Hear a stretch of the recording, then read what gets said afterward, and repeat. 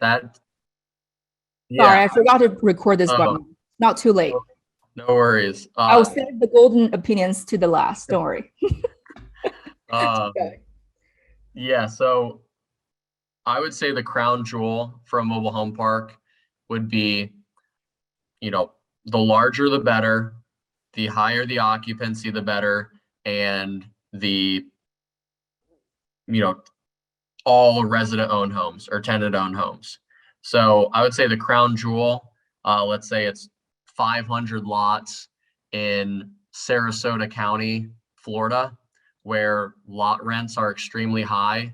Some people are paying $1,000 a month just to park their mobile home Gosh. in a lot there.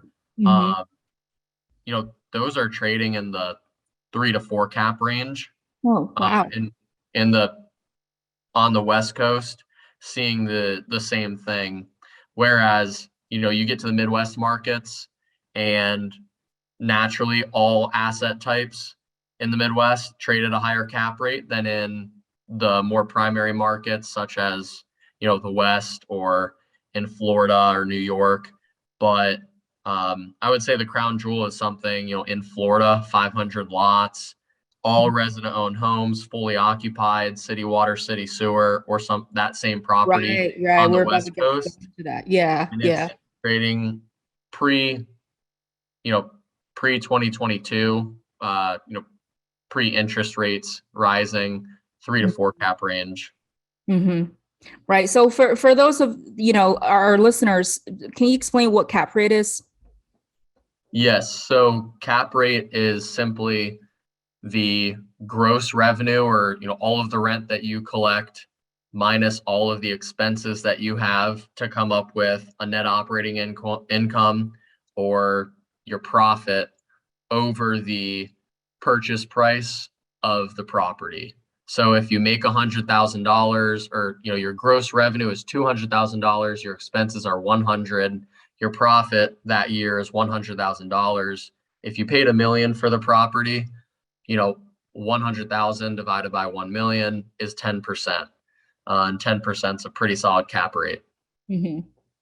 Yeah, exactly. And you don't see 10% in prime markets, especially bigger lots, right? So, when you said about the crown jewel of mobile home parks, is for bigger parks, what you mentioned about all tenant-owned homes, public utilities, and all of that. We have almost identical criteria, not from a theory perspective, but from our historical data perspective.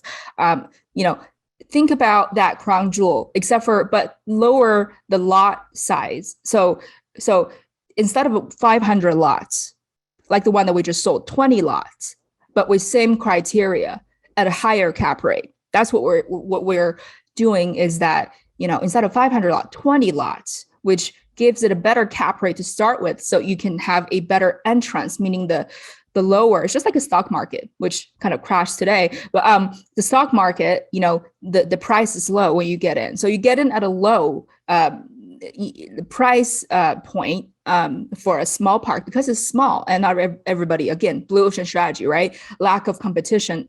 You're not competing with Warren Buffett and Blackstone. So high occupancy, we usually focus on 80%, 85% occupancy. Our performance, the portfolio performance, the best performing parks are 85% occupancy and above. And that's what we focus on. And, majority tenant owned homes, if it could have one or two park owned homes, then that's another story. Depending on the conditions of the park owned home, then, we can discuss that. But, majority tenant owned homes, we don't want more than maybe 15% tenant owned homes, because it's small, right, David? Because if you have 500 lots, then that's a different story. You can have a lot of money rolling in from the park owned homes if you have that many lots. But for a small park, if someone leaves that park owned home and becomes a piece of garbage, and then that's a big problem for you.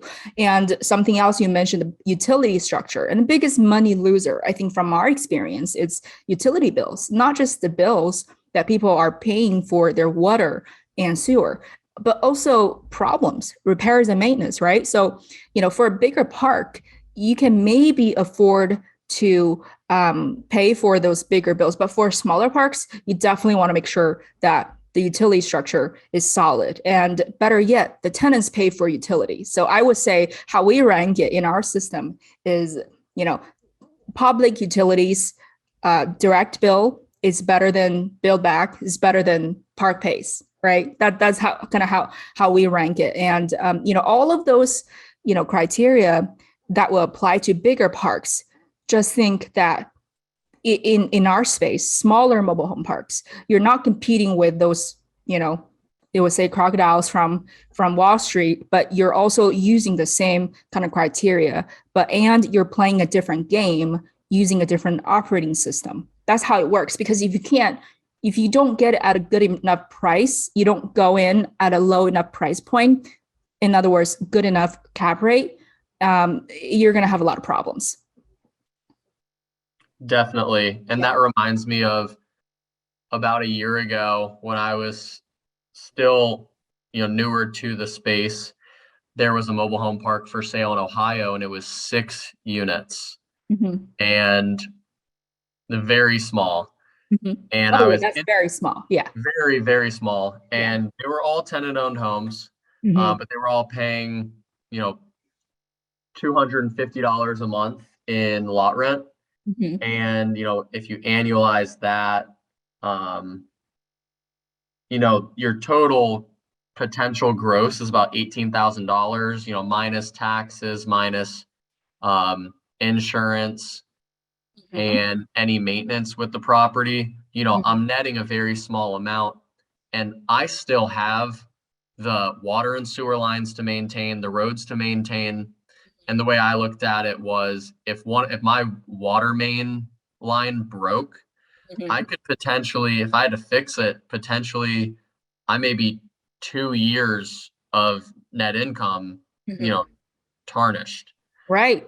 That's why you have to find that happy medium where it's not 6 slots that small. And, because we're in the smaller park space, we try to focus on, the best performing ones usually between, over 10, 20, and in that range, but 6 is very, very small. And the way to kind of hedge that problem, what you said about water main, it has happened before, is to have enough reserves.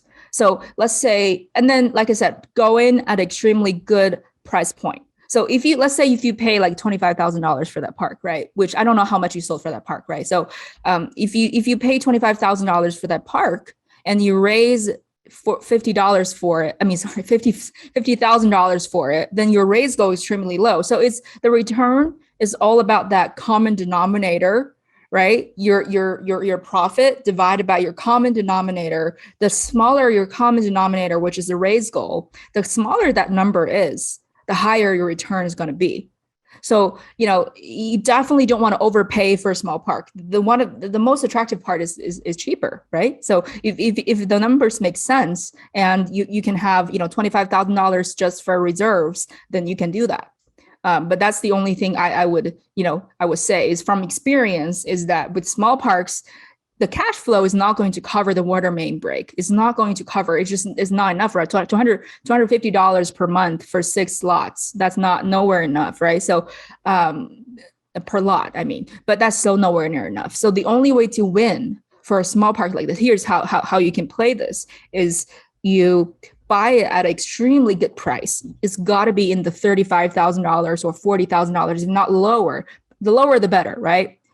You say the bigger the better for from a broker's perspective, and from the institutional funds perspective. For us, if you're looking at smaller parks, the lower the price, the better, because that's, you have to adjust for the risks, right? So pay a really attractive price, have enough reserves for accidents, do your underwriting, check the utility lines, and move quickly. Right. So you have to kind of get in and hold for a very short amount of time and sell the park. So that's how you can get your returns high. Well, because, it's not a stabilized asset. And it's not going to be a kind of a class A, 500 lot asset. So you're not going to hold it for 20 years and expect some sort of, huge return, because problems will kill you before the return will come. But you want the small park to be solid. We have one of the smaller ones, kind of like that, but that one is very small maintenance, very solid infrastructure, does not have a lot of repair problems. We have enough reserves and low enough price to go in. We paid like maybe $7,000 per lot. Is extremely cheap, which I think, David, right now, would you say the lot per lot in one of the bigger parks, you're probably looking at like, what, $50,000 per lot or something? What's the Yeah, average? Yeah. in Ohio, I think the average per occupied lot right now, based on data that's available, is about 40,000 a lot Yeah, that's what I per was thinking. occupied lot. Go ahead. So yeah, $7,000 per lot is extremely cheap. And how big is that park that you're talking about? That one is only 9 lots. Wow. Hmm. So yeah, you had to get a really good price on that. Yeah. So the price is the starting point. If you're overpaying. Generally, if you're overpaying for any asset, you're already lost, right? So that's when they say, I believe this anyways. It's you make the money when you buy. It's a loaded statement, because it sounds like you're not doing any value add if you say you make the money when you, but that's not what it means. What it means is, when you acquire, there is so much that goes into the deal. You have to have a solid plan if you're going to do anything to the deal to make it work. Usually, right after you acquire the deal, your money has already been made. That's kind of what we think, because you overpay for a small asset like that, or you overpay for any asset, it's too late. I think it's too late. It's not. It's like a trickle effect that will cause so many more problems down the road. I've never overpaid for an asset myself. The first real estate investment I've ever bought, right after college, I qualified for deals using my salary, and I pretty much, I got really good deals out of it. So the first thing is to never overpay. So to get the golden deal is really, it starts with acquisition. It starts with those parameters. So I'm going to just quickly, for the webinar's purposes, go through the 15 major parameters that I always kind of talk about on the podcast that I go to, but never really, really elaborate on them. So the first one, not going, according to the order, according to their importance, just, any random order. So, but they have different weights to them. So MSA population, it needs to be near or in MSA, metropolitan area, and that is medium in weight. So that's important. The unemployment rate in the area, that's another parameter. Housing vacancy, that's actually ranks a little bit higher, weights a little bit more, because if you don't want to be in an area where the vacancy through the roof and there's not enough demand for housing in general, that also indicates the lack of demand for affordable housing, because generally, if there is a lot of vacancy, people are going to want to lower their prices. And if other housing products lower their prices, what about your mobile home park, right? Because mobile home parks compete on their affordability. That's why they're attractive. But if everything is going down in price, your mobile home park business is a business and won't flourish too much. So that's why it's important. Another parameter, the gap between mobile home payment or mobile home park lot rent, and the gap between that and other housing products, meaning, if your mobile home park lot rent is $200, how much are you paying for an apartment building? If the apartment building is like $2,000, then you're set, right? So the bigger the gap, the better. At least you want a $400 to $500 of gap. And the median housing price, you want the area to have at least around, I'm talking about, rough numbers here, around 100,000-ish median housing price. Because if it is, you can get a house for $30,000 in the area or in the closest MSA, then why would they, in good conscience or in any kind of clear mind, want to move into your mobile home park and buy a mobile home? Because stick-built houses are so cheap, and people, given the option, people would want to move into a stick-built home. That's just the reality here. And stable employers, you want to see that they're not, employers that would move away quickly. Usually good ones are educational ones like universities, hospitals, and the bigger company like Walmart. They don't, you don't want them to move away or just go bankrupt easily. They want to be big, and you want to be which leads to the next one, which is the diversified economy. You want to make sure that there is no one major employer in town, and that's the only one. And once that company goes bankrupt, the town's dead. You want a few, but that you can take a look at the entire MSA and determine. And the next one is utility structure, which I kind of mentioned earlier. Is direct build is better than build back, slightly better than build back, and better than park pace. And we definitely want public utilities. We don't want. I mean, from a broker perspective, there's opportunity in everything. Sometimes the risks would be higher if you choose a different utility structure, but higher risk carries higher potential for reward. But that's potential, doesn't mean that you will get it. But for us as a syndication business, we simply avoid certain things because the risks are simply too great for our investors. If I'm doing this myself, then that would be different. And one of the most important parameters, I kind of talked about this already, is tenant-owned homes. Important.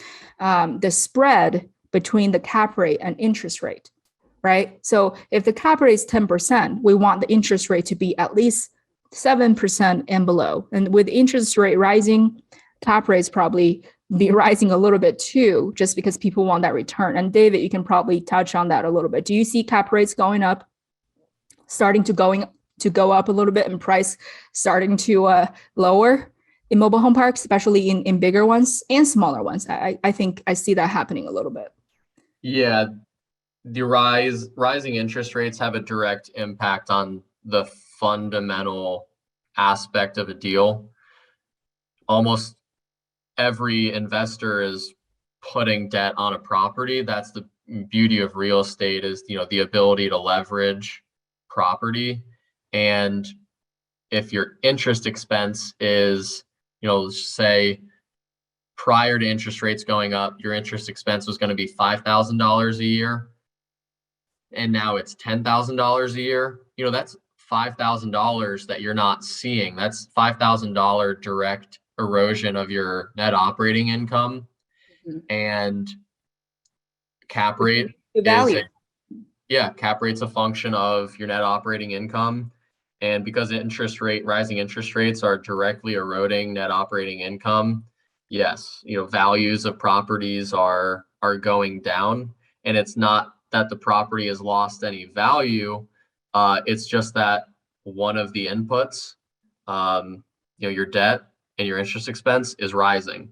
Mm-hmm. So it's not that the property's changed at all. It's just that's the environment that we're in right now with interest rates rising. And yes, to answer your question, that's why there's a lot of activity. A lot of sellers are trying to take advantage right now of what their property is currently worth. Interest rates could continue to rise, and they're going to see the value of their property continue to diminish. However, right, which makes it a good time to buy, doesn't it? It does. And I would also add something that I've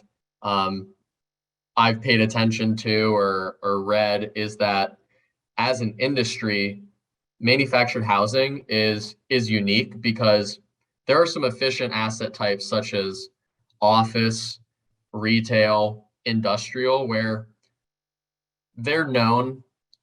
People have been playing in those spaces for so long that it's a very efficient market, and those property types are going to be affected by rising interest rates proportionally. However, what's interesting with manufactured housing is it wasn't until a few years ago that people really started to take this asset class seriously.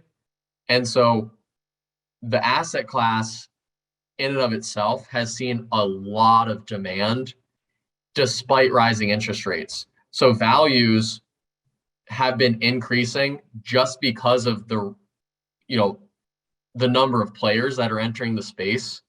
So while other property types and asset classes are seeing a direct impact of interest rates, manufactured housing is actually not seeing that impact as much because more and more players are entering the space because it's growing. Right.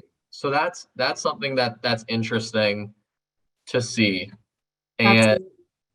yeah, Yeah. Yeah, that's a really great point. And to add on to that, despite of interest rate rising, the impact the overall market has on manufactured housing is not as great as, let's say, commercial real estate or other types of investments, because of what the reasons that you just mentioned. And also, I would say the fact that they are, I wouldn't say they're recession proof, but they're definitely recession resistant, inflation resistant, is because manufactured housing is essentially affordable housing business. So affordable housing is always going to be needed in a kind of economic crisis. So it's affordable housing. So things are cheaper. People are not going to be looking to more expensive places to move in when things get bad, right? They're going to be looking for less expensive. So throughout all the economic recessions in the past, manufactured housing has really had outsized returns compared to other types of real estate. And even today, even the cap rates are rising a little bit, interest rates are rising. As long as we have that spread, meaning the cap rate minus interest rate, that's profit, that is your profit there. That's the meat on the bone there. As long as you have that, as long as you're not paying 1% cap rate and 10% interest rate, that would be dangerous. So you want to make sure that you have that positive spread. That's how you make your money. And when prices are lowering within the mobile home park industry itself, it has its own kind of ups and downs, kind of like a stock. So you want to buy when the prices go lower, actually, and make sure you have their spread. The bigger the spread, the better. And to add on that, I a lot of our deals have seller financing, and the sellers are like banks. They don't have a lot of costs associated with certain mortgage initiation fees and stuff. So it's cheaper to finance with sellers, and they're okay with a lower interest rate a lot of times just to avoid capital gains tax. And we were able to, like the one that we're closing next week, we're getting a 3% interest, even though they're not carrying a lot, but that tells a story, right? So that's what I would say about this industry as a whole. It's being impacted, obviously, because it's in this environment, but it's not going to be as much, like David said. So, and the next parameter, there are only a few left. So value add opportunities, that's important. You can do cosmetic upgrades. We usually add a new sign to the park, add new fences, doing a lot of groundskeeping and adding new banners to the park just to give it a more of a neighborhood feel, because you're creating a neighborhood. You're owning this parking lot neighborhood. You're not really in the rental business. You're a neighborhood in parking lot business. So value add opportunities, that's important to look for in a deal.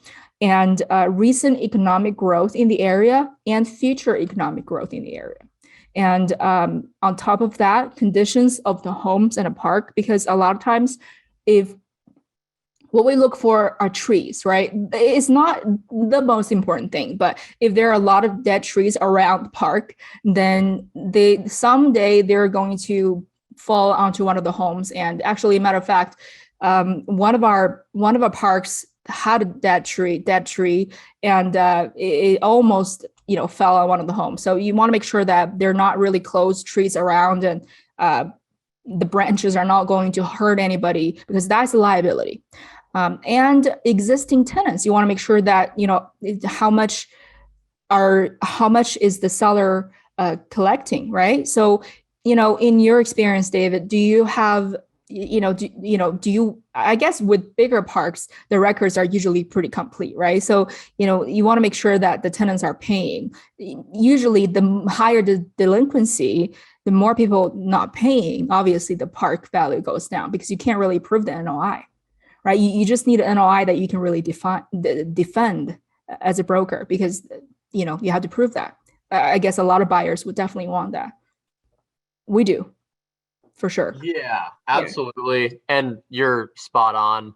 Yeah. The larger the property, it's usually owned by, a larger investor. Typically, they're more professional in nature. sometimes have, most of the time have professional accounting. And so, yeah, the larger the property, the typically the better the record keeping and the easier it is to defend an NOI, which is interesting, you know, looking at your strategy, how I'd be curious to hear how sellers defend their NOI or their value.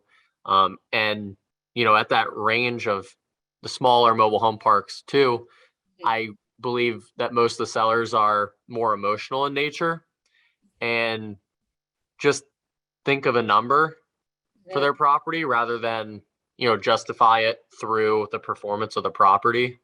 What do you say? Well, that's where brokers come in and that's where records come in, right? So we verify every single rent check. So that's what we verify. We don't, they can tell us the number, but we have to verify that. Right. That could be based on, let's say, actually, surprisingly, a lot of small parks, mom and pop owners, they do hire professional accountants to do their books and to do the records. And and we don't really deal with people who have no records. We don't deal with that really because we know they can't prove that, and we can't take the risk of our investors funds or anything, our reputation, to deal with people with no records. But we do deal with mom and pop owners with good records and good accounting reports. They actually do have accounting reports because they have to file their taxes as well. And for the park that are 15 lots to 20 lots, that's big enough. It's not big by any means compared to 500 lots, but it's big enough to the point where they have records. And what we do is that we require proof of payment. So they have to show us that this has been paid either by a check or cash order, direct deposit. They have to show actual bank statement, copies of the check. So we piece everything together. It's a lot of work, but we have to verify the income, because if the income is not there, the deal is not there, right? So yeah, they do keep records, and we do ask for a lot of verification.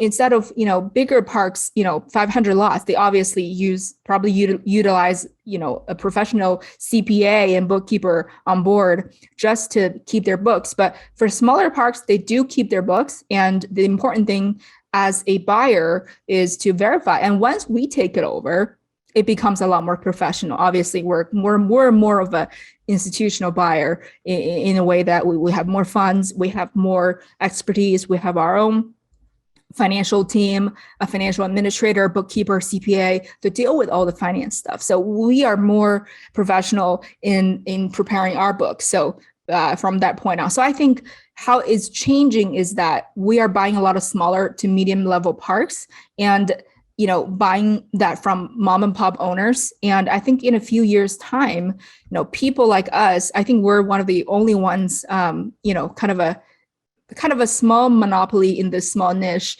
that's doing this. And all the good quality parks will be purchased by us in a few years time. That'll be that. And then the remaining mom and pop owners will be kind of scattered around, and they will have their own parks, and eventually those will go out as well. So I think that's where I see this industry going. So I believe I've talked to several people in the industry before. I'm probably the only one, if not one of the only ones, definitely, that does this on an institutional level. Yeah, I don't know any others like you that's doing this right now. It's something that I know a lot of people throw around, Mm-hmm. um, but I think you're the only one that I know of that's really taking advantage of this niche of smaller mobile home parks. And I think that's going to pay dividends because you're learning how the economics of these parks work. It's pretty easy to, make the economics work of an 100+ unit park, but I think a lot of opportunity is in the space that you're playing in right now. And the industry is being condensed. Mobile home parks or manufactured housing is still very fragmented when you compare it to office space. For example, office space is held by a small group of investors, but mobile home parks across America are held typically by mom and pop. So it's very fragmented, but it's condensing from the top down. and Charlotte, you're kind of helping the industry. You're kind of the meeting in the middle. You're starting on the bottom, eating up a lot of the smaller properties. But I think eventually one day, almost every mobile home park will be owned by an institutional investor like yourself.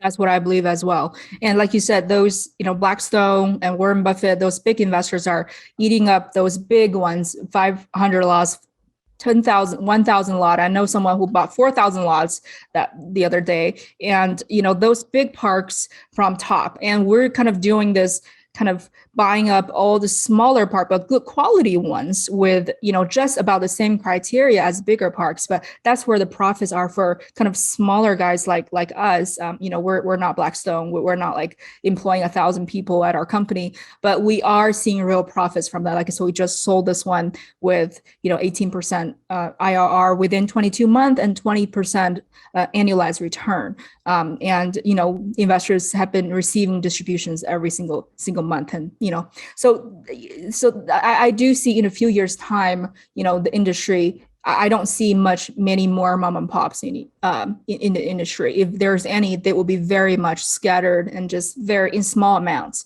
But most of them will be bought up by people like me, and they will be two kind of sectors. One is bigger, well, maybe three, right? So really, really big parks and medium-sized parks and small ones like me. So those, you can create monopolies in different niches.